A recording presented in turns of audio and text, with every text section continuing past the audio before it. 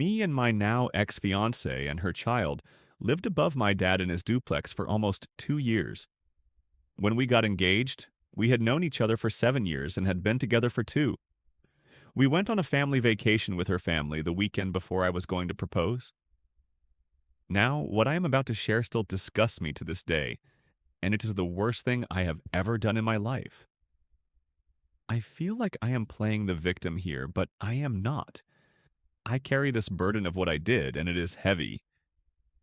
I had been messaging someone from my past on Snapchat, someone I should absolutely not have been contacting. We only ever communicated through Snapchat.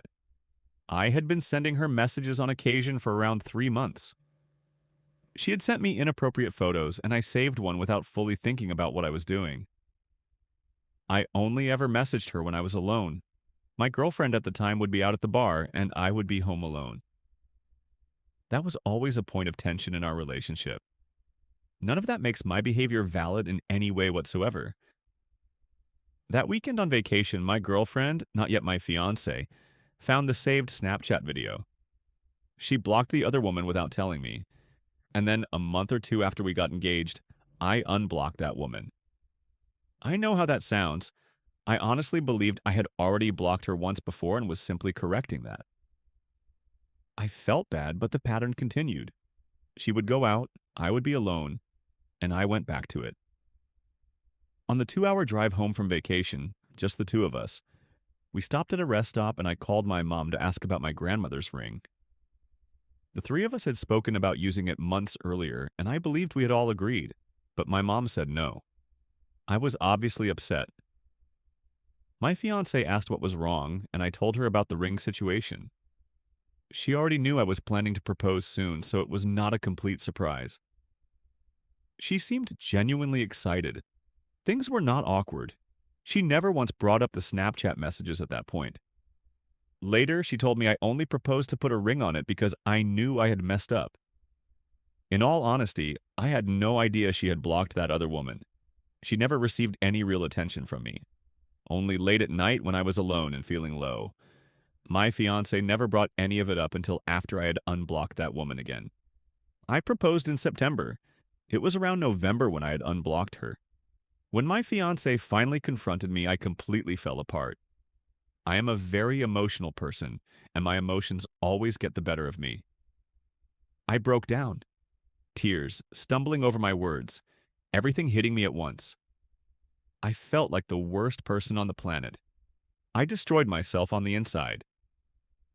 She told me she should leave me, and I would not have blamed her at all. I begged her not to. I promised I would change, that we could fix this together. At the time, I could not explain why I had done what I did. There never is a valid reason. I was too focused on how badly I had behaved and how deeply I had hurt her to think clearly about anything else. I can admit that I am not always great at communication. Sometimes I am absolutely terrible at it. There were times I asked her not to go out as much, not to drink as much. She would listen for a little while and then drift back to her old ways. I never wanted to be controlling. She had been through that with someone before me. So I allowed her to be herself.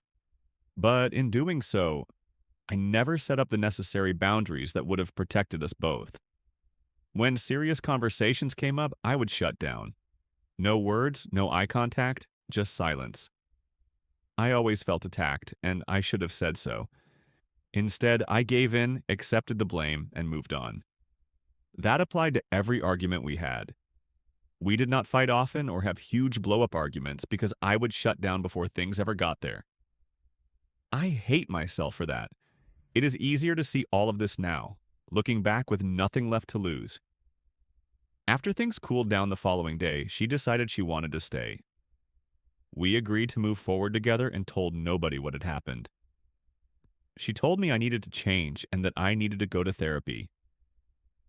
Therapy is something I had wanted and needed for at least 6 years, but I never did it. This moment should have been the push I needed. It was not, and I deeply regret that. I did try in other ways, though. I got a full-time job. The only one of us working full-time. 5 in the morning until 1 in the afternoon.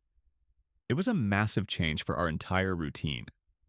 I am on 3 medications that affect my mood and my brain, and I went through 4 adjustments between all 3 of them trying to get my depression and anxiety under some kind of control. I am also epileptic, and over the past year I had 3 seizures which affected my memory, my mood, and practically everything about me. I did all of our laundry. I took out all the trash. I cleaned all the dishes. I tidied the house. I potty trained the child. I tried to build something real. But there were areas where I genuinely fell short. I slept a lot. I would pass out for hours and not be able to be woken up, or simply not want to wake up. I did not want to go out constantly. I always felt we had too many responsibilities at home that were being ignored. When I brought that up, she would say it would get done later, that it did not matter. I never liked going to bars. I have a difficult history with alcohol, and my stepfather was an alcoholic for 17 years. It came close to destroying my entire family. She knew all of this. We had talked about all of it, but she chose to ignore it from the very beginning. Once again, a boundary I never set firmly enough, and that is on me. I also spent too much time on my phone and on video games. There were times I would zone out and neglect the things that needed doing. We spent every single day together, practically every moment, and she would say things like, "Spend time with me.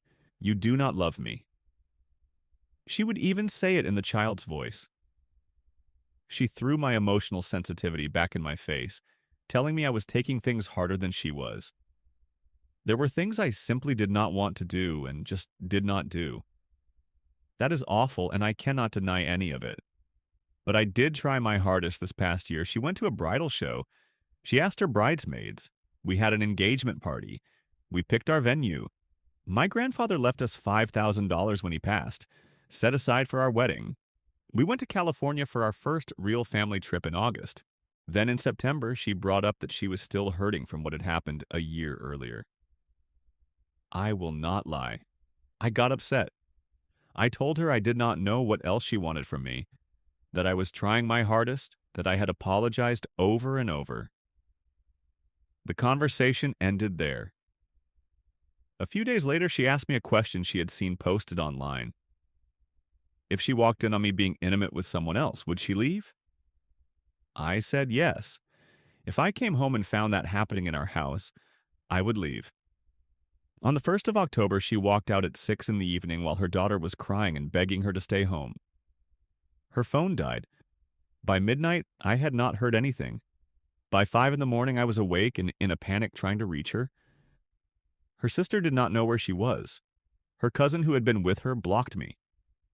She finally texted back at 8 in the morning and would not answer any of my calls. When she came home, neither of us said a word. She went to work, and then this pattern repeated every single night until the 26th. Home at 4 in the morning, a kiss, telling me she loved me, then work, a nap, and back out to the bar once the child was in bed. I knew something was wrong. I am not foolish. I just did not want to believe it. On November 2nd, I told her that if she did not want to fix things, she needed to leave. Since then, she has moved back to her parents' house. She only took the bare essentials: her bed, her television, bathroom products, her gaming console, and the wireless router. She packed 2 boxes and has not returned. I moved to my mother's house so she would have space to collect her things. She never came.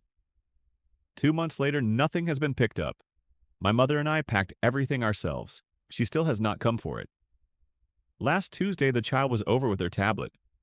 It came out that my ex's phone had been shut off because she could not pay the bill. We worked it out together. $500 total, $250 each. While the child was there, the tablet received a video call from some man. Something told me to look him up. He lives exactly where she had been disappearing to. I had asked her 3 times whether there was someone else. 3 times she said no. I know now she lied to protect the holidays. She said to me, "Did you expect me not to retaliate after everything?" I had kept her belongings in my home for 2 months. I had not filed any legal action against her so that she could keep a clean record and find a new place to live. And after finding out she had physically cheated on me for at least a month, possibly longer, I completely lost it. I said things I should not have said. I made some posts on social media. Childish and stupid, I know. I was furious, heartbroken, and completely betrayed. She has threatened legal action over her belongings. She said she was not in the right mental state to deal with what happened between us. She said I caused her to become the worst version of herself. I do not want to play the victim, but I do not believe I deserve this outcome. I did wrong, but I never physically crossed a line. I never made anything a higher priority than that child. And now I am left with the hardest question. What do I do about her daughter? I am not her legal or biological father, but I have loved her as my own since she was 4 months old. I gave up my life for the two of them. My whole family did. My friends all say I should cut both of them out completely. My therapist believes that is probably the most realistic outcome. I do not want that child out of my life, but I cannot see how it works, how I move forward while having the most constant reminder of her right there in front of me. I love that child more than my own life. I have so many photographs of what was our family. I am going to print them all, put them together in an album with every keepsake I have held on to, and give it to one of my ex's sisters to pass on to the child when the time feels right. I love them both so much, but I have to heal. He always said he missed his calling to be an actor. Turns out he didn't. He is a really good one. 5 days ago, my life blew up with the truth, and I can honestly say I have experienced every stage of grief at least once. My body is physically reacting to the heartache, and I cannot believe I am here. I thought I was being so careful. I thought I was in tune and deeply in love. I am in love, and that is what makes this truly devastating. My heart is broken, and I want the pain to go away so badly. The anger didn't win. It was fleeting and brief. I convinced myself that I wasn't going to live in the anger stage for long. Instead, I turned to forgiveness. Some will probably say that I got there too quickly, and maybe they're right. But I don't do hate well. I have always been the person to look at the criminal and feel bad for them. What went wrong in their lives to get them to this point? Who hurt them? No one is born a bad person. Surely they would have made a better choice had they been given the tools or the love they needed. I have been this way my entire life, always seeking to find the good in everyone and giving more chances than they probably deserve. I would rather take on the pain myself so others don't suffer, especially if it is because they hurt me. Our story is somewhat of a fairy tale. I was on the other side of a 12-year marriage that I ended because I wasn't being treated well. I was in my single girl era in my mid-30s and didn't know what to expect once I decided to start dating or exploring, if you will. I had some brief encounters from the online world and was humbled immediately. It had changed so much, and I found it quite overwhelming. I took a pause from the online dating world and decided to work on myself. Shortly after, I was at a pool hall with a group of friends, and there he was. We saw each other from across the room, and everything else faded into the distance. We locked eyes, and we both knew instantly that this was something worth investigating. And we did. It was undoubtedly love at first sight. We became inseparable from that moment. I met my soulmate, my Prince Charming, and my chance at true love. We connected over everything, and it never felt awkward. I felt like I had known him my whole life. It was the easiest friendship I have ever experienced. He supported me in ways I had never had before, and he said all the right things. We have talked every single day for over a year, and it has never felt like too much. I wasn't looking for this, but I told myself that I wouldn't close the door on an opportunity. Everyone says it will happen when you least expect it, and I really felt like the stars aligned for us to meet. I have 2 young children and a contentious divorce going on in the background. I never wanted my kids to experience a revolving door of men, so I was very careful. Before they knew I was seeing someone or before they met him, as I was only separated, he was hung up on the status of our relationship. We decided that we would be exclusive, but that it wasn't fair to him to be in a boyfriend-girlfriend relationship while I was still technically married. I obliged and did my best to understand his feelings and boundaries. I learned that in this day and age, I was in a situationship, but I accepted it. It was better than nothing. I loved him. He met my kids. They loved him immediately, I was introduced to his family and they loved me immediately. Everything was so easy and carefree. It allowed me to breathe for the first time in a really long time. We started talking about our future and how we would integrate our lives. We talked about what our wedding would be like and even the possibility of starting our own family. In every sense of the word, we were living a committed relationship without the title. We had an amazing time together. We went away on small trips, concerts, dates. We created an extensive bucket list and started checking off the experiences we hoped to have together. I would see him frequently, and we spent a lot of time together. When we weren't together, we were sending reels and constantly messaging. It is only now, upon reflection, that I can see where things started to change. I would frequently experience this sinking feeling in my stomach after spending time with him. Something was missing. Why did I feel like there was a distance between us? I am an emotional person and very intuitive. I never held back about how I was feeling and always tried to check in with him to make sure he was okay. Did I do something? What did I need to change? My therapist told me to back off and stop being so intense.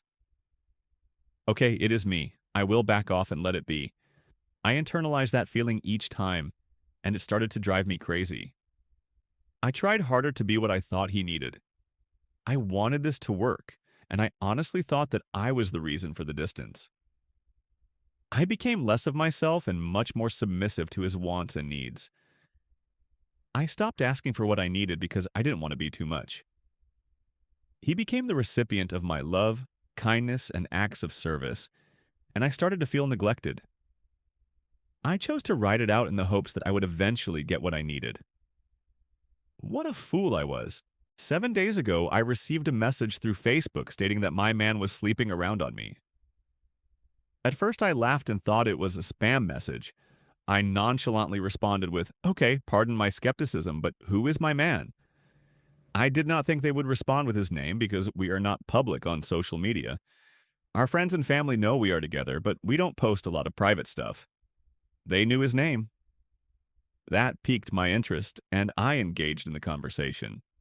After hours of messages, my son's birthday I might add, I stepped out to go show him the messages. I wanted to know who was mad at him and why I was getting these random messages. At this point, this person did not provide any receipts, just that they knew he was being unfaithful. He read the messages and acted confused and shocked. He immediately started to figure out who was out to get him. I was on board with this and completely believed that he was innocent. I was going to make sure he was okay, and we would figure this out together. Day 2 of the messages was much worse.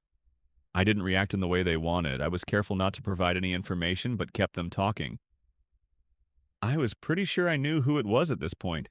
They started messaging his friends and family, urging them to tell me that he wasn't what I thought he was and to get him to confess. They publicly shamed him on his family's Facebook walls, and it really became harassment. We were getting angry and frustrated and just wanted it to stop. They provided personal details of where he and I were and facts about his family. It became scary. After work, I went to meet up with him. I needed to be with him to make sure he was okay. I arrived at his house only to find myself alone waiting for him to come downstairs. I assumed he was in the washroom and continued to wait. Then she messaged me. It was one of the names that had been sent to me.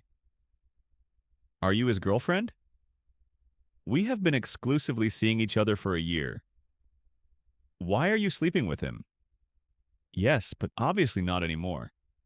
"I didn't know about you." It was all true. Their friends with benefits relationship went back 20 years and had continued on and off. They reconnected about 6 months before he met me and continued throughout the entire time we were seeing each other. 1 or 2 times a month with some longer gaps in between. I became distraught, cried, and shook from the news. He sat there and apologized over and over, saying he made a mistake and that it meant nothing. He started asking what I wanted to do from here. I couldn't form a single thought. I just kept asking why and how. How had he made the time we were together feel so real? How had I missed this? I tried to leave, but he stopped me. I knew I couldn't drive in that condition. I ultimately went back inside. I let him talk and explain and apologize. I was so heartbroken. I let myself believe he was being sincere, all while still trying to quiet the voice that said, he is only saying this because he got caught. I had lived the past year with him. It couldn't all be a lie. He held me while I cried. He kissed me. I love kissing him. It feels so good. I slept with him. I don't know why. I fell asleep in his arms out of exhaustion. I found comfort in being with him, his arms, his smell. He had been my safe place for so long. I woke up in my favorite place and for a moment forgot what had happened until it all came rushing back. I immediately started crying. We slept together again. I am powerless to him. I left him not knowing what to do, but I didn't close the door. We needed a moment to think things through. Side chick continued to message me and fill me in with details I didn't need. I told him he needed to tell her to back off. That lasted just over a day before he messaged me. We met up the next day and went for a walk.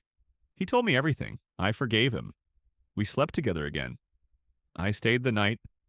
I feel weak and can see that I am setting myself up for failure. I have convinced myself that love means the good and the bad, and that I am strong enough to see it through if he is open to giving us a real shot. I am a forgiving person to a fault. Right now, I don't want to give up on him. I just want the man I love to love me. I don't know if it is possible. I don't know how to make the right decision. I don't want to hurt, and I don't want to lose him.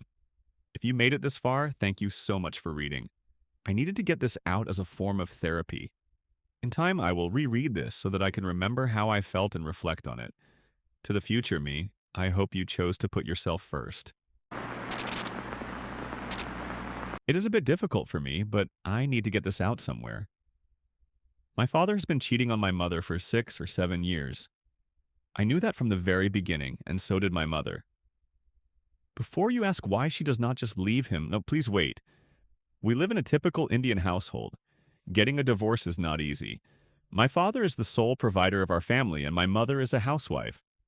I am 16 years old, currently studying in 11th grade. I do not have any side income, but if anyone knows of ways to earn money without investment that actually work in India and pay well, please suggest them. This mess started when we used to live in our old home. There was a middle-aged woman. She was about 47 years old and had been divorced before.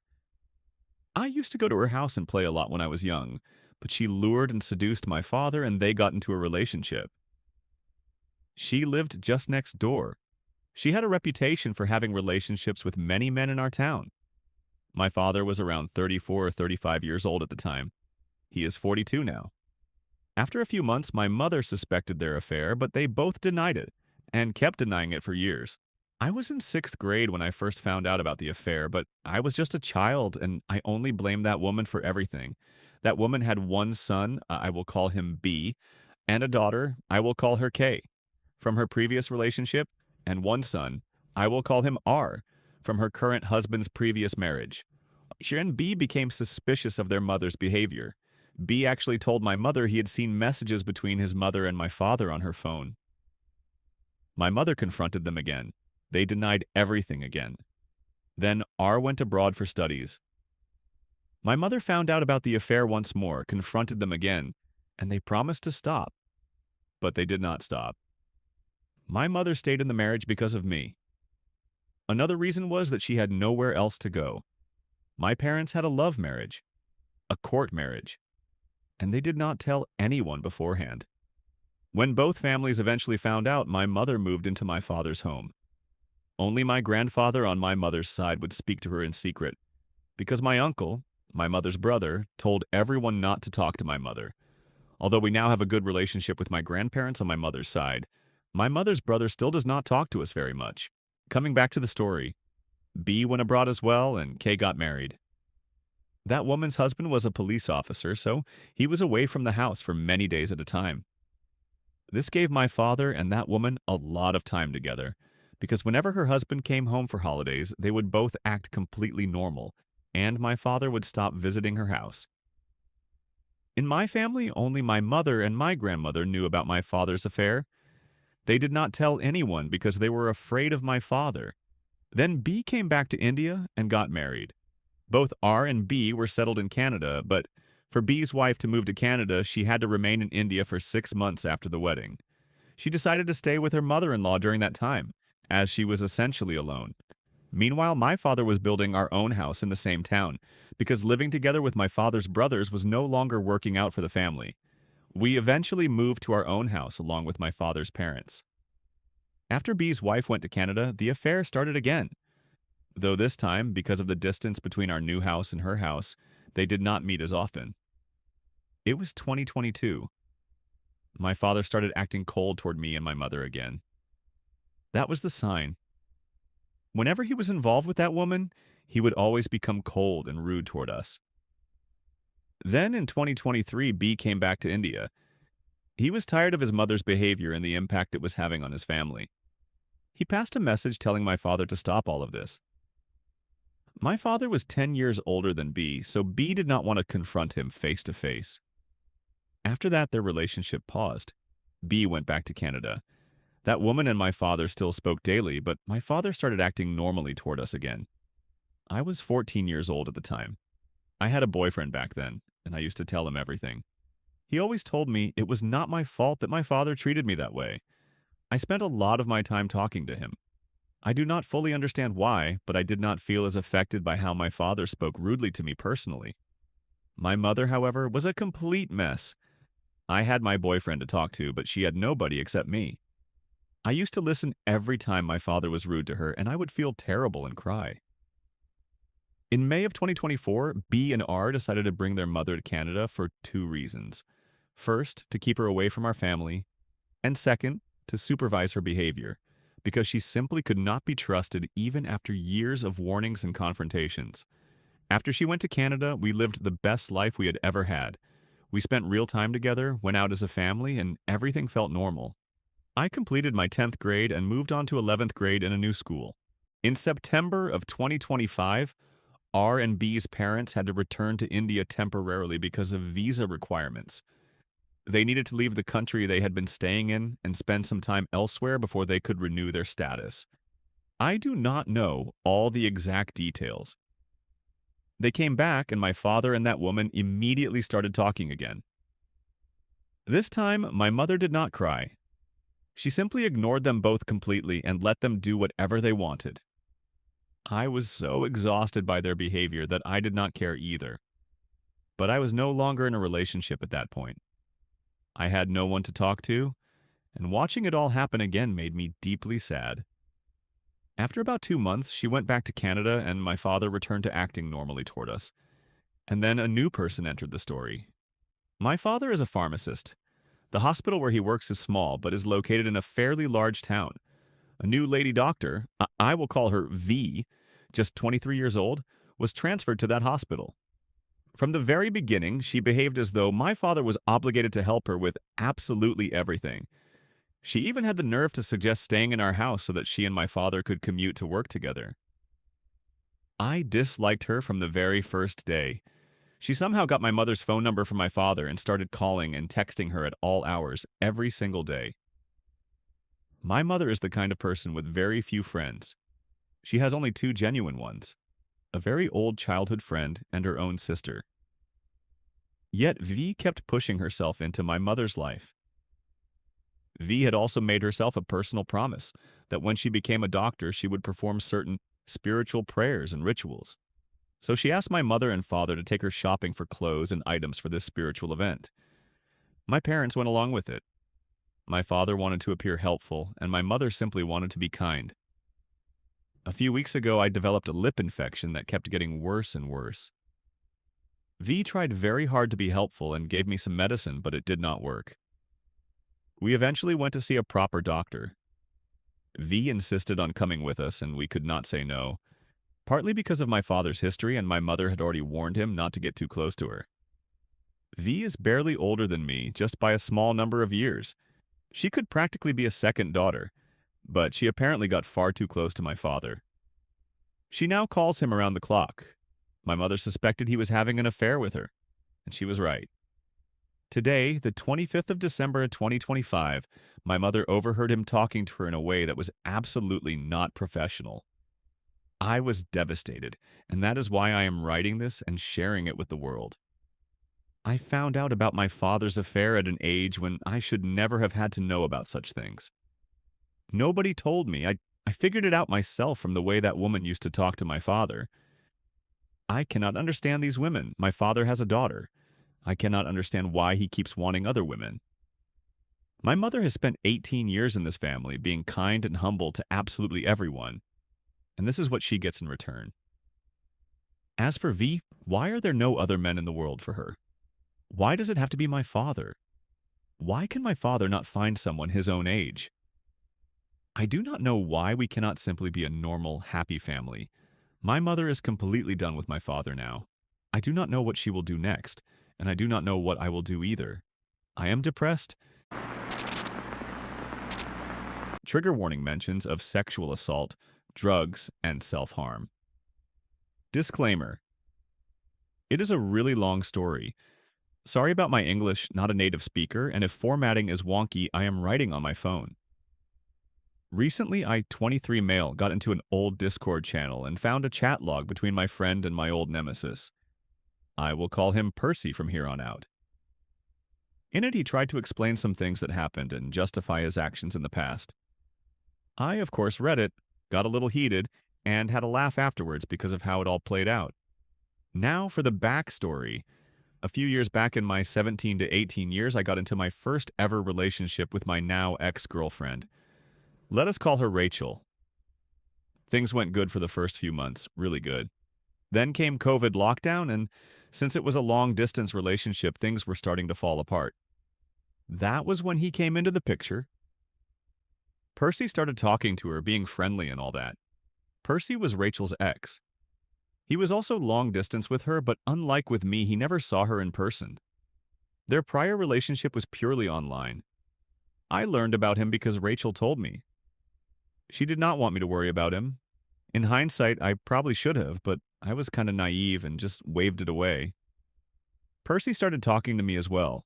He was really friendly and just all around a great guy.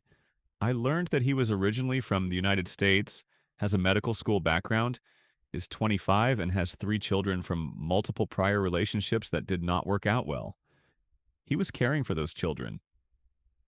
Then Percy posted a story on Instagram about being in love with someone. Real romantic stuff. I asked him who he was talking about. He was reluctant to say, but finally told me it was about my girlfriend. He said he would not chase her or anything like that. I was a bit upset, of course, but let it slide. I trusted Rachel. I trusted Percy. I was beyond naive. For a week or so, things were okay, but then my girlfriend said she was not sure she wanted to be with me. I told that to Percy, and he acted like he did not know anything. A short time after that, he started playing me. He was buttering me up and then playing the victim that no one loves him. I was trying to comfort him. I was really nothing but nice. I never divulged anything he did not want Rachel to know and respected his every wish. Then Rachel told me that she is choosing between me and Percy. We created a group chat. He made me promise not to call her sweetheart, not to say I love her because it would trigger him. I obliged. We were in a state of being together, but only halfway. I vented my frustrations to Percy, who at the time called me his brother. Unbeknownst to me, he sent it straight to Rachel. She chose him and broke up with me. I could not get over her. After a month, when I finally started feeling a little better, I met with Rachel. After a long talk, she told me she does not want to be with Percy and wants to be with me. Being truly naive, I agreed to date her again. That is when Percy showed his true colors. After I told him we might get back together, he exploded. He told me about everything she did with him, showed screenshots of their intimate chats, that there were private photos while she was still with me, how she thought about having a threesome with me and him. It was all out of spite just to stop us from getting back together. The relationship with Rachel was rocky, and we broke up after a few months again. I did some questionable things after that. I was truly horrible to her, and there is no justification for how I used her. After we cut contact for the second time, I found Percy on a different social media site. He contacted me out of nowhere. I started talking with him again, thinking maybe he had changed. I even joined him in hunting predators who were harassing underage girls. Percy was part of a child protecting group, and the people there seemed really nice. Then things got weird again. Percy tried to forbid me from talking to any of them. Later, one of his friends, Frank, contacted me and shared screenshots where Percy was talking badly about me. We compared stories and discovered that Percy's entire life story was made up. Different birthplaces, different number of children, different allergies, everything changed depending on who he was talking to. We found out he was doing the exact same thing to another couple, playing both sides, playing the victim, trying to steal someone else's girlfriend. Her name was Lila, the same girl for whom I had written a poem earlier at his request. He had even changed capital letters in the poem to pretend it was from him. They kicked him out of the group. I kicked him out of my life. Later, I learned from an old chat log that Percy had spread lies about me, claiming I had assaulted someone and that I was a drug addict, based on me once mentioning taking an ecstasy pill and smoking marijuana. I am kinda amazed that something would still surprise me from this person. He is out of my life now, but I cannot help but wonder if he is doing the same thing somewhere else. Percy, wherever you are still my nemesis. Hello, everyone. I wish those in pain to find guidance, comfort, or whatever they need here. When I started typing, I wanted to make this as concise as possible, but I ended up writing more than expected. I hope this will not be too annoying to read and that it is not too messy. English is not my first language, so please bear with my weird grammar and mistakes. Disclaimer: this post might be triggering as it mentions mental illnesses and sexual abuse. Yesterday, I, 23 female, found out that I did get cheated on last week. My ex-boyfriend, 22 male, told me that he brought a girl home after a night out, but that he could not remember what happened. He insisted on that point, saying how he was too drunk to be able to. I asked him if the girl did not have to struggle going home, if she could be safe, and he said yes. That was one first incoherence among others, since he kept repeating he did not know what happened. I have pretty good intuition and could sense something was very off with the situation. I asked him for time to think about this. At first, my heart kept telling me that I should end the relationship since my trust was broken. But I decided to give him a second and last chance, reflecting on how cutting people off right after their first mistake rarely did any good to me. I thought that important, loving relationships had to try being repaired. That is the thought I had, out of respect for life and for its core value: connections with people. However, during 2 days, I kept analyzing everything over and over. Something was far too off for me to believe this relationship could be preserved. I will skip the details I noticed, but I sensed a lack of honesty from my ex-boyfriend. Plus, I could not believe this happened so easily and quickly. He did that on the night I left the city to go back to the one I study in. I was on the bus while all of this mess took place. It immediately felt like he waited for me to leave just to do his thing. That betrayal was enough for me to break up, but I still wanted us to maybe keep in touch from time to time, hoping we could be friends in the future. Letting go of the relationship helped me release the resentment I was afraid of building over time. Yet I really needed to learn the truth. The lingering doubt was too much for me. What happened during that night seemed more and more obvious to me, especially after days of thinking. But I needed to ask the girl. I had her Instagram account because of a sketchy screenshot he sent me and decided to message her yesterday, asking if she remembered their night together. I did it in a very polite and considerate way, not taking the blame on her at all. I was at work while I did it and received an answer right during my break. First, she acted like she could not recall what happened, using the same drunken state excuse and saying that she honestly could not help me more. When I asked for more details, like if they shared the same bed, he claimed they did not, but she denied it, saying they only slept at her place. I got extremely confused and asked her about how he could have slept at her place since he told me he brought her home. She once again confirmed that no, they slept at her place.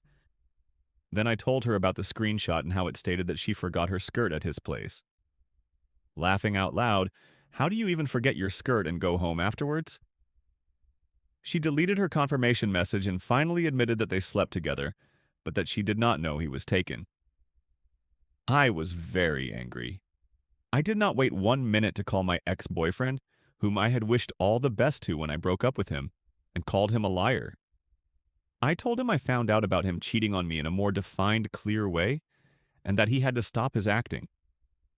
He said he really did not remember, and that he could not believe this had actually happened. Before I hung up on him, he insisted on wanting to call again to explain, and messaged me throughout my shift saying he loved me, and that he would never have done this in a sober state. I kept cursing him and told everything I found out to his little sister, who was there during his night out with the girl and whom I am friends with. We had a call once I finished work. She told me about how my ex and the girl he cheated on me with were always together that night, and that she repeatedly reminded them both that he was taken. Apparently, when she was about to go home, she called a taxi and told him to get in, but he refused, saying he wanted to enjoy his time longer. After learning the truth, I had a call with my ex and cursed him again, showed how angry I was. Then I realized I would not find closure anytime soon. That single betrayal matters on its own, that is for sure. This one might be the last straw for me because it goes deeper than that. I have gone through quite a lot last year. I tried to end my life 5 times. I was diagnosed with complex post-traumatic stress disorder. I also have been diagnosed with borderline personality disorder years ago and might also be bipolar according to my many depressive and manic episodes. It was tough, but I still found the strength to fight back again. I tried giving life another chance and decided to heal for real this time. I went to therapy, and I still go. I have been struggling with suicidal tendencies from the age of 10. Surviving life takes me a lot of energy, and I have been stuck in the same cycle of trying to repair myself to heal over and over again. Frankly, I am extremely tired of doing this for years. I have had nightmares and sleep paralysis almost every day, sometimes multiple times a day because of sexual abuse and other forms of abuse. Before last summer, I met my ex-boyfriend and took around 5 months to make things official with him. He was gentle, sweet to me, considerate, patient, and loving. It felt sincere, and I know it was. I never had such a nice relationship with a guy before, and never felt this safe. He helped me reconnect with intimacy with my own self, even though I firmly believed I would remain broken. That made me let my guard down. Finding out that he cheated was violent, maybe too much. The cheating hurts, but surely not as much as feeling like life has failed me again. I am tired of having to be strong. I wish I could be allowed to be naive. Thank you for reading.